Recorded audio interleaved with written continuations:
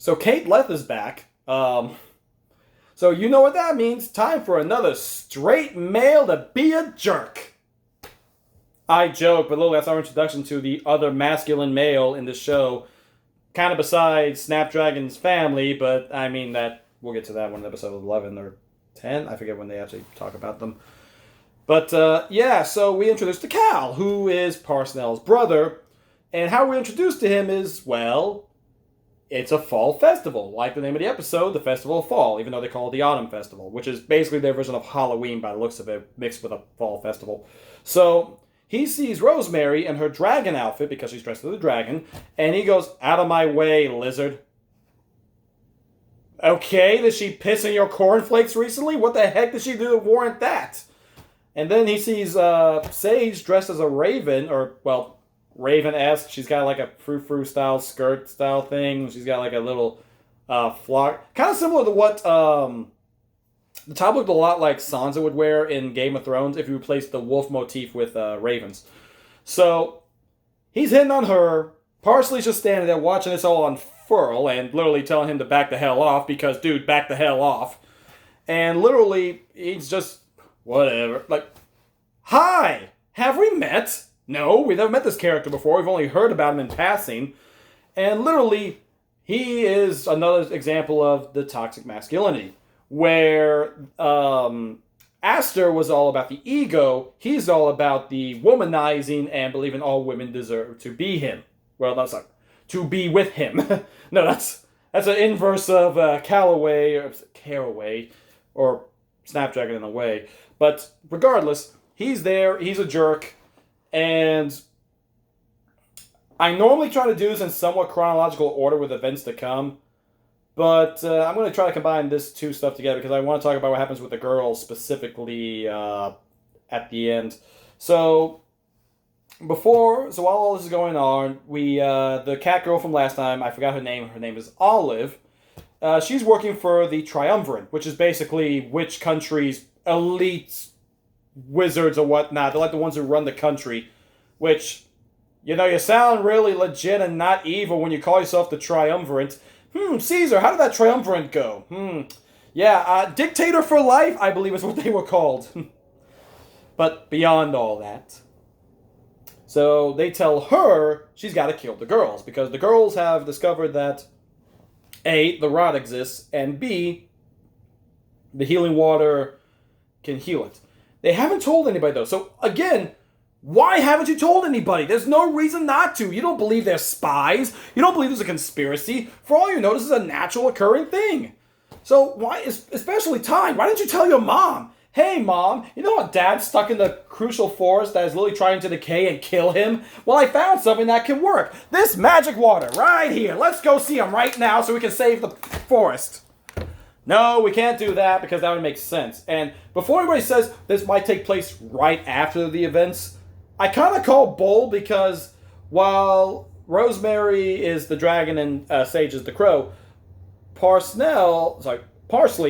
is, she's the blacksmith teacher, Moz Phlox. I think that's, Professor Phlox is what I call him. She's literally dressed like him. She's got the little horns and everything. She's got like a little pouch. And she made Tyne's outfit, which is like a wolf, I guess. A very bad, like, low-grade furry wolf. Let's put it that way. She's got the head covered and everything. It's got these big old googly eyes. I'm like, I know you're having these serious moments, but it's really tough for me to take you seriously when your eyes are like doing this whole thing and bobbling all around. And again, it's tough to take me seriously when I'm sitting with a Lupin the Third shirt talking about a really god-awful anime when I could be doing other things with my life. Where have I gone wrong? Anyway, so beyond all that, they were going off and they're doing their own thing. Olive's trying to kill them basically because the Triumvirate doesn't like them, but the Triumvirate gives her a little thing to help her out. And something cool that happens is that this little shadow thing she's talking to him on goes through a tree and absorbs some of the rot and the root to create a terrasphere, a little small one. So, are terraspheres created by literally sucking the magic out of the earth? Because if that's the case, oh boy, does that have a lot of implications, but we'll never cover that because it never gets covered, but I'll talk a little bit more at the end with my thoughts on how things could have gone and how they could have improved upon it. So she gets this. Neppy Cat from episode 3 finally comes back again, besides like being in the background. He realizes something's going on. He wants to warn the girls, and he recreates the sage's potion to turn back into Mega Neppy Cat. I must go tell the girls what is going on. Words I know few of. Why are you trying to get me to bang you? I'm not even joking on that last one a little bit because this episode, oh boy, I'll cover that in a minute here because there's something to unpack with this. I don't know who it is, and I'm not going to pin this on Kate Leth, but someone has some relatively repressed issues. But, so, while he's becoming Mega Neppy Cat and Olive is going off doing stuff, the girls want to have their first autumn festival together, well, with Parsley and Thyme, even though Sage and Rosemary have already had theirs. Back at Pebble, I imagine. They're going around and want to do these little events. While Olive wants to sow discord into them before she kills them, except she doesn't want to kill them, she wants to turn them into stones, shrink them down, and then take them back to Witch Country so the Triumvirate can kill them. That still makes you an accessory to murder. That means you're still okay with murder. It's just you don't want to be the person to pull the trigger. Well, I'm sorry. You can't be, I'm against killing people, and then have someone else do it for you. Or going, I'm not going to kill them. You can do it, though. That means you still kill them. It's the, I promised not to kill you. That's right. But my right-hand man never made that promise. Bullshiza. If you legitimately say, I am not going to kill you, and then get someone else to kill them, you killed them. I'm sorry, you can't really feign that. You can't go tell someone to go kill someone, and then feign, I didn't kill them, I'm at no fault here. It's called incitement to action, genius. But that's a whole other thing altogether. So, while she's off trying to sow discourse with the girls, and all she does is, besides mentioning how she likes belly rubs as a human, and apparently the girls are okay with this, so, I mean, given what we're about to learn in a little bit, that doesn't surprise me. So, she gives Rosemary a little pamphlet, basically with all the stuff that goes on, same to what Sage has. But Sage looked at the schedule and realized that there's some things we can do together as a group. Let's spend the time together. And, it might have been probably a good idea because she likes planning and organizing. She had this in advance. Why not talk to everybody and say, hey, what do you want to do? Let's do some stuff together. Realize, hey, hey, can we try this one instead? But it's at this time. Well, how about if we do this? Okay, compromises. Like rational adults. And granted, they're 15. Maybe. I don't know how dwarves and elves work, but I think on their Wikipedia, they're all labeled as 15. I don't know how accurate that Wikipedia is, so I'm just going to roll with it. So, as they're going off and trying to do all this stuff, they all want to do their own individual things. Parsley actually wants to help run her family's booth. So she goes takes care of that while Rosemary and Sage go off and do their own thing. Tyne has a PTSD after seeing a tree because we get flashbacks to her father staying behind with the rot. And it's pretty bad. Like, the forest is dead. Which you think this would be like a big global thing. They're going to a whole nother kingdom. You think the kingdom would be a little bit intrigued on this whole neighboring kingdom, I'm assuming, going, hey, what happened to your forest? Everything is dying! Help us, please! You think you might want to look into that? Maybe. But, yeah, so Tyne goes back home. She's going to go visit her father with the magic water. And she leaves a message behind for her mother. Instead of, trying to find her mother and should have told her this beforehand, but whatever. And, while that's going on, we cut to Amarith and, Snapdragon. I don't know why I keep doing it. I think of his name, because I can't remember off the top of my head until I snap, but... So, Amarith is dressed up as a pirate, pirate captain, full hat, crossbone skulls.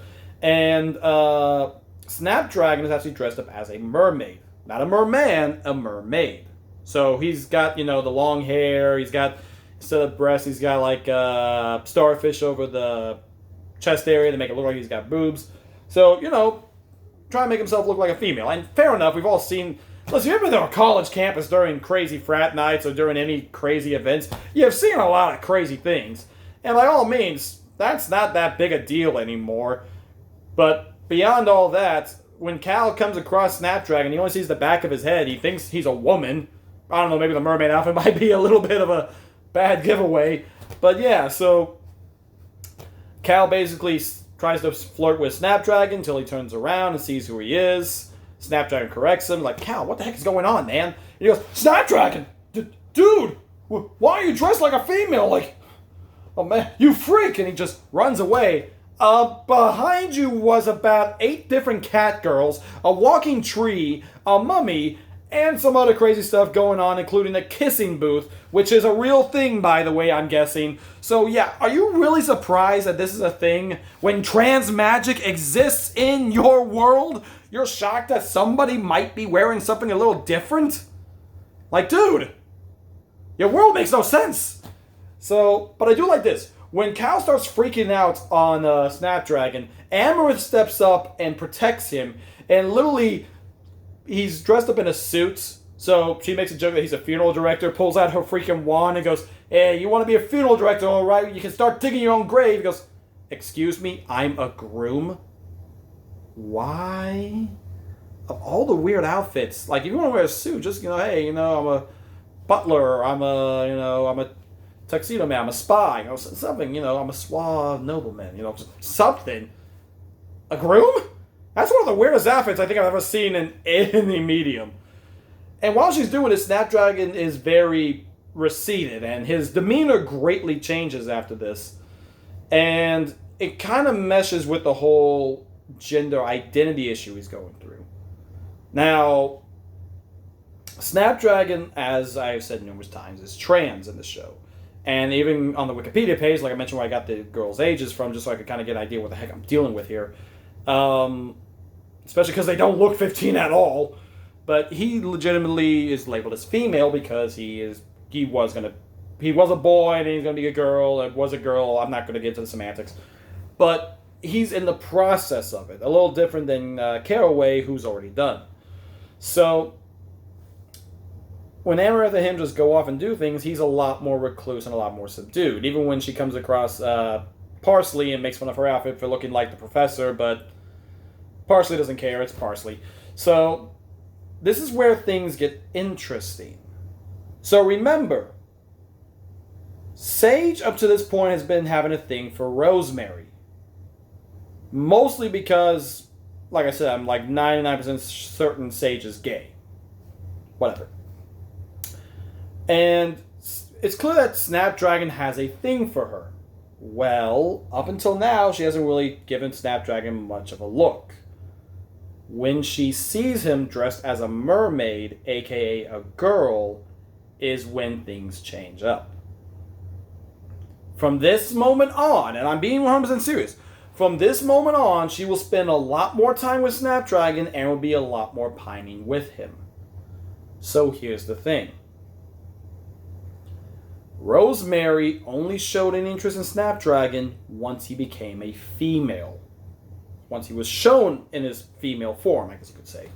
So, kind of rubs you a little bit of the wrong way there, because now with him becoming now... The potential storytelling here could be a lot, because let's remember in episode 6, though I constantly drink to forget, though I'm empty. Sage apparently doesn't like guys and thinks they can't communicate and all this stuff. And granted, when your only examples of masculinity comes from Aster and Cal, I don't exactly blame you in this case, even though that's still a horrible thing to say. Regardless, now that Snapdragon's shown himself to be feminine, she has a lot more attraction to him and will be a lot more dealing with him. Even though he's still in a state of flux. He's not very secure in what he wants to be. And it's really tough at that age because hormones and whatnot are running through your body. You have no idea what's going on. And it's clear he's got a lot of repressed issues. So when this goes down, this is kind of the setup to a lot of things I'll talk about more in detail as they progress in the actual episodes. But just remember, she only started caring about him the moment he showed up to be female.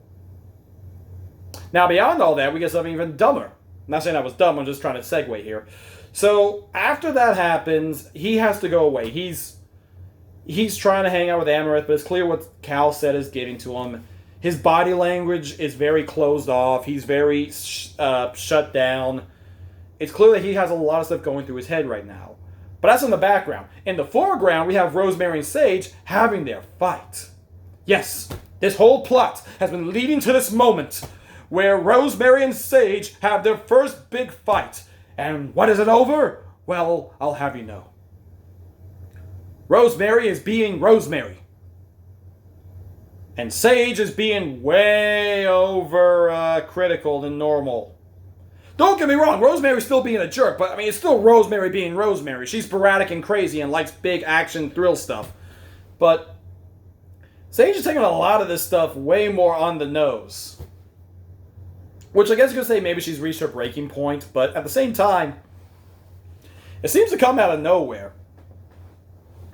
And when they have this big, massive fight, that's supposed to be this whole thing built up, because even Amarith, who's watching this before Snapdragon walks up and doesn't want to have to deal with it, says, can you imagine what they've been waiting for? They've been friends for all this time, and they having this big fight. Ooh, all the dirt they could say. And what is it? Rosemary says Sage is a perfect teacher's pet who has to be perfect all the time. And Sage says Rosemary is hyperactive and only thinks about the action and whatnot, and she misses the old days where they could just hang out and be, regular kids. Even though Rosemary said the same thing back as well, saying we don't have to be heroes, when all Sage wanted to do was a gourd carving competition with you. And Rosemary wanted to throw flaming axes.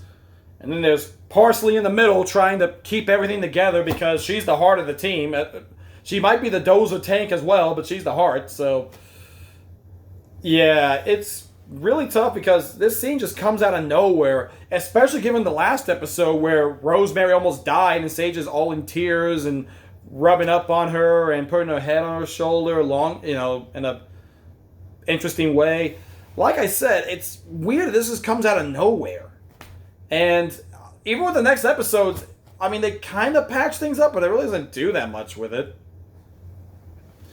So, this happens. Tying runs into Neppy Cat. Neppy Cat says, the cat girl, is going to tell you that we need to steal you. I only know so many words, but I know cacophony, all things.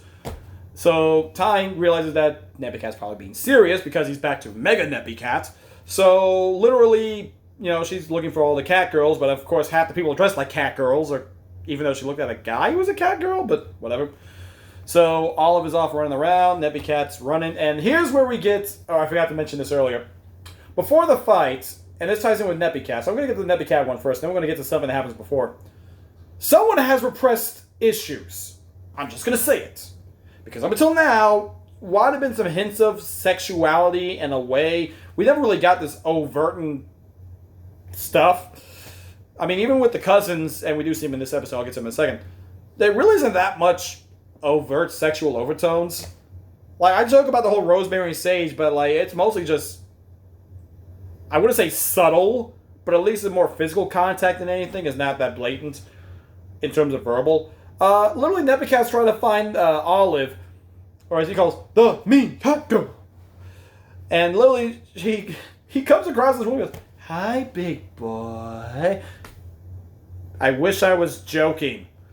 Hey, there's a kissing booth right over there. I'm up to kissing. If you want to kiss any girls, or guys, or cats, look, I'm not willing to judge. As she's leaning in on him, I'm like, what?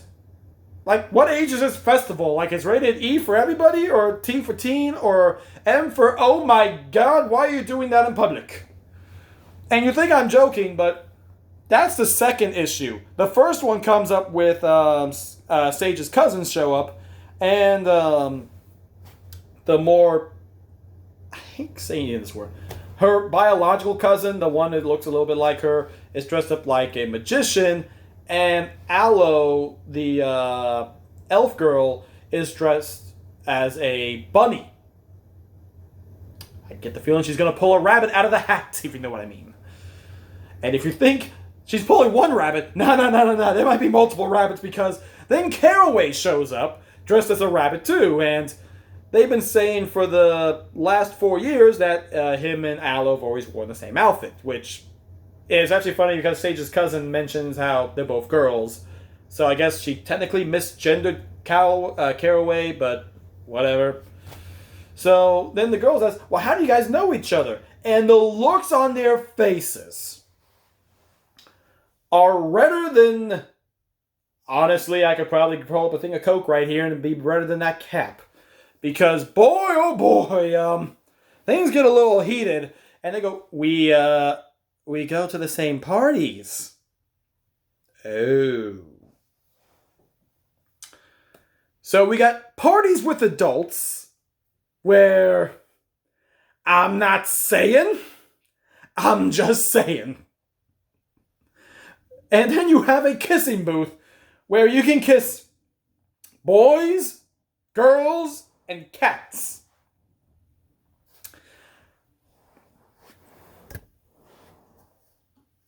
Nope, this isn't spiked with anything, and nope, it's not above 40%, so yeah, I'm sober enough to say this. What the hell did I just watch? Like, it makes no... This came out of nowhere. It'd be like if halfway through an episode of Reading Rainbow, they start talking about Eyes Wide Shut orgies. It's like, I get this is rated M for mature, but you have to set this up. At least in the last episode, you finally just dove into violence for some reason. And then in this episode, you mention swearing. It never happens, but at least you mention it. And then literally we're stuck with this weird feeling where I'm just like, what the hell is this festival about?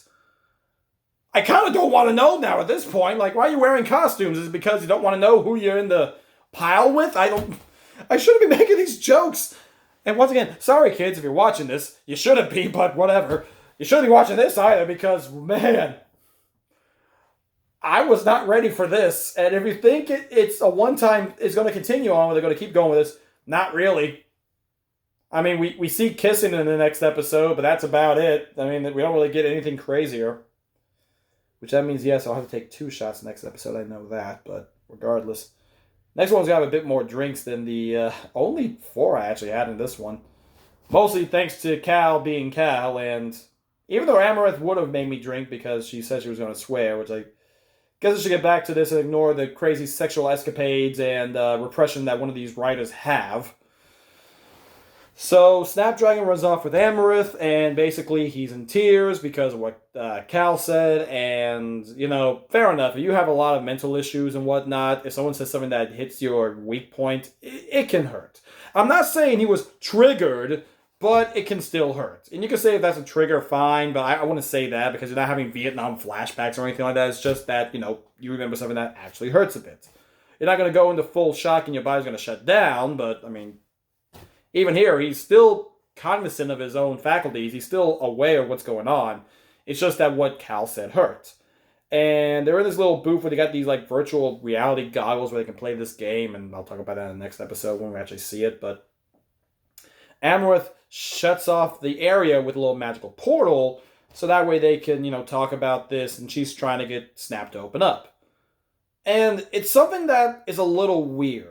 Amaranth up to this point has been messing with like Sage and all the others, but it's clear she actually does like Snapdragon, and given the fact that Parsley calls them a couple, I'm curious, and she says earlier she finds cowardice attractive in the last episode, which I didn't bring up. I'm curious because I guarantee you the whole Snapdragon Sage thing is going to work even after Snapdragon goes full woman mode. I wonder if they were trying to set that up, but that's shipper fuel. So, she's actually being a good friend, though, and trying to help him open up, trying to get him to talk, but he's very reclusive. Gee, I wonder where he got the idea that men don't talk about their feelings, Sage. Episode 6. But either way, so she shuts them off, and Epiccat finds Olive and gathers the girls together. They try to fight her. Olive apparently is stronger than all of them, which I guess makes sense. And she uses her Terrasphere to use this petrification spell that's going to turn everybody to stone. And before that, though, she steals Time's satchel, which has the magic water in it that can heal everything. She steals it and gives them the ultimatum, hey, come with me as prisoners, and you can see the triumvirate, and when you're all done, I'll give you this back. Rosemary calls BS on that because, no, you don't do that. And she drops it as shatters, and Tyne is devastated. You know where it's at. You killed the Guardian statues, and I'm assuming there's probably a way to get down there again.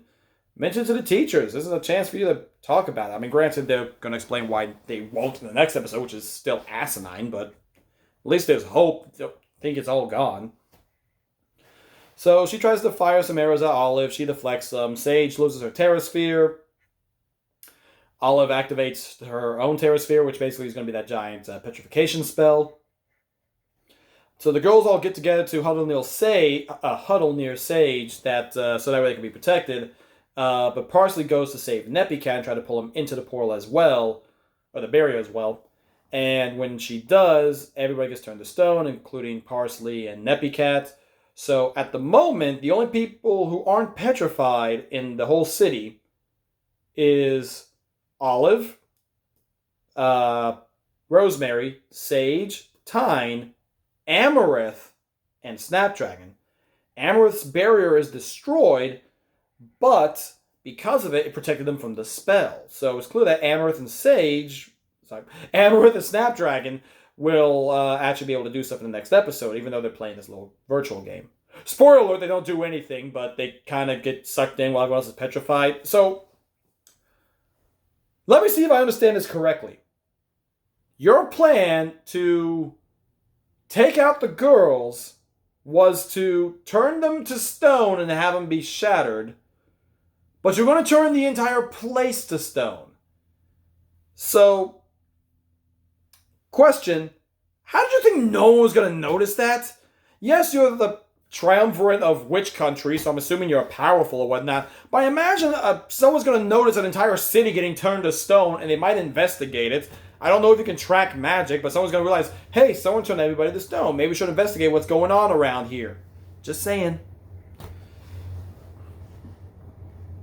But yeah, so it's weird, but it's going to play out. I mean, honestly, if you really wanted to kill them, you know where they sleep. Just go up and stab them. Or, hell, here's what you do. You wait till one of them's isolated, you kidnap them, use them as freaking a hostage to get them all together, and then you ambush them. Boom, problem solved. Textbook, but at least it doesn't make it as messy as this. But, yeah, I joke and whatnot, but at its whole, this episode was actually, besides the stupid blow-up that really came out of nowhere, it wasn't that bad. There was some good stuff. Like I said, Amarith and Snapdragon actually are really good set of characters together, and they actually do bring out the best in each other, I would say, even if Amarith is still a jerk.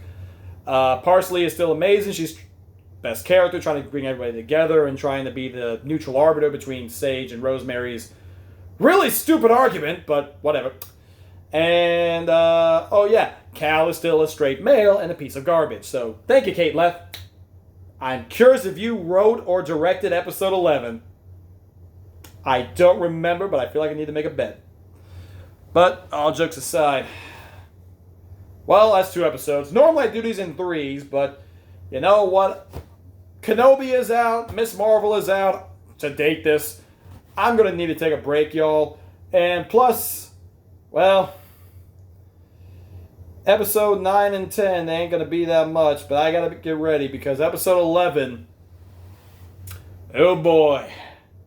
If you thought my rant for episode 6 was crazy, I mean, episode 6 is still worse than episode 11, but I've been holding this in for a long time, but more to come, I assure you. But until then, as always, I'm the $1 critic. High Guardian Spice is still garbage, and I will see you all next time.